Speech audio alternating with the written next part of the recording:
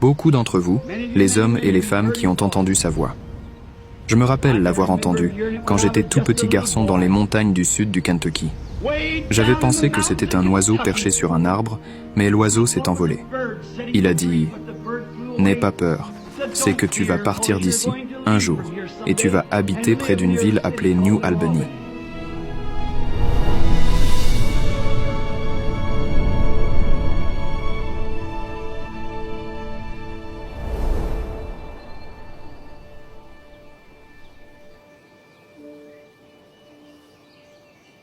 La vie surnaturelle de Frère Branham a débuté à sa naissance quand la colonne de feu est descendue du ciel pour entrer dans la petite pièce où il est né.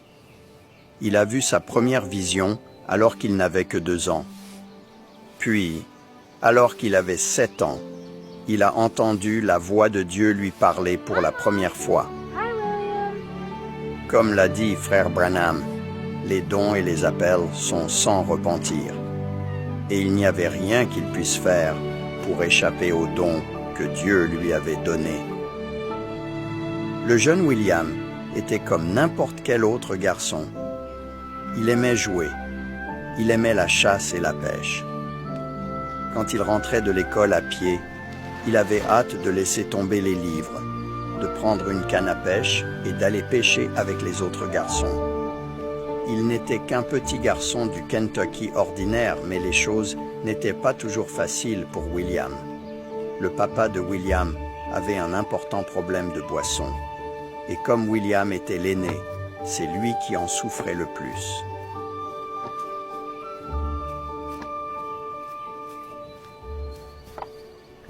Where do you think you're going, boy? I was going fishing. Kidding that. How many times do I have to tell you that we ain't got no time for no fishing? But the other boys went fishing. I don't care what those other boys are doing. You know we're making shine tonight.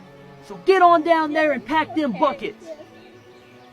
La maman de William, Ella, était tellement désolée pour William. Elle l'aimait vraiment beaucoup et elle aurait tout fait pour lui. Ah, Mais elle se gardait bien de contrarier Charles. Elle devait rester là, impuissante, à le regarder se faire rudoyer et être forcée d'aider son père dans ses mauvaises habitudes.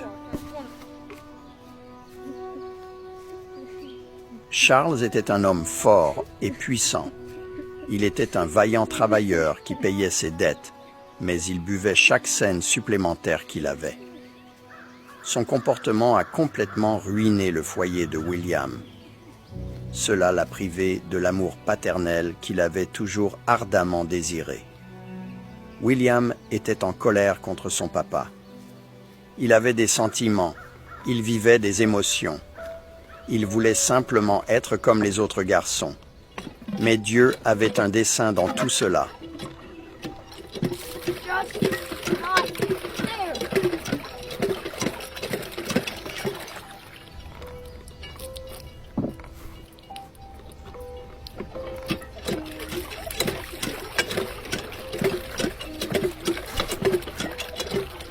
Un jour, je transportais de l'eau à partir de la pompe, là qui était à une distance d'environ un pâté de maison. Je braillais à qui voulait m'entendre parce que j'étais rentré de l'école et tous les garçons étaient allés pêcher à l'étang.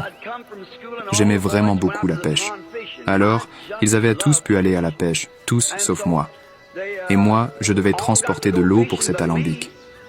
Évidemment, il ne fallait pas en souffler mot, c'était pendant la prohibition.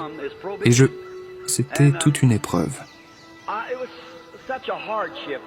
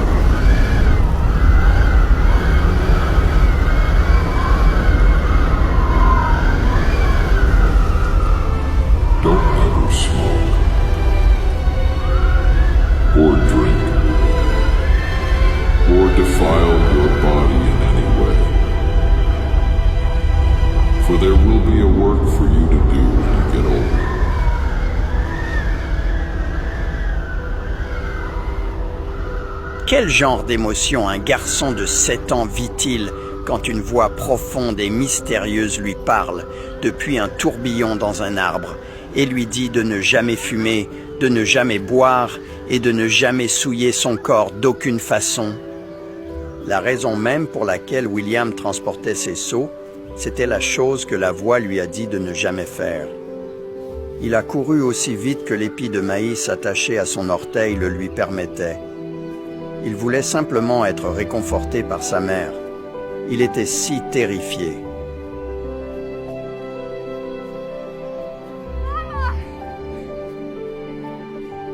Mama! There's a man in the tree! Mama! Ella a pris William dans ses bras pour essayer de savoir ce qui s'était passé. Mais qu'est-ce qui avait tant terrifié William? Était-ce une morsure de serpent? S'était-il blessé en tombant? À travers ses larmes, William est parvenu à lui raconter qu'un homme dans un arbre lui avait parlé. Elle ne pouvait tout simplement pas comprendre cela à l'époque. C'était la voix de Dieu qui parlait à son fils prophète. Il a dit, « Ne fume jamais, ne bois jamais, ne souille jamais ton corps, car tu auras une œuvre à accomplir quand tu seras plus âgé. » J'atteste la vérité de ça, je l'ai bien vu. Et Dieu, comme il l'avait fait dans le cas de Moïse, il a parlé devant l'assemblée qui se trouvait là-bas. Et il a dit, « C'est la vérité. » Aujourd'hui, cette écriture est accomplie.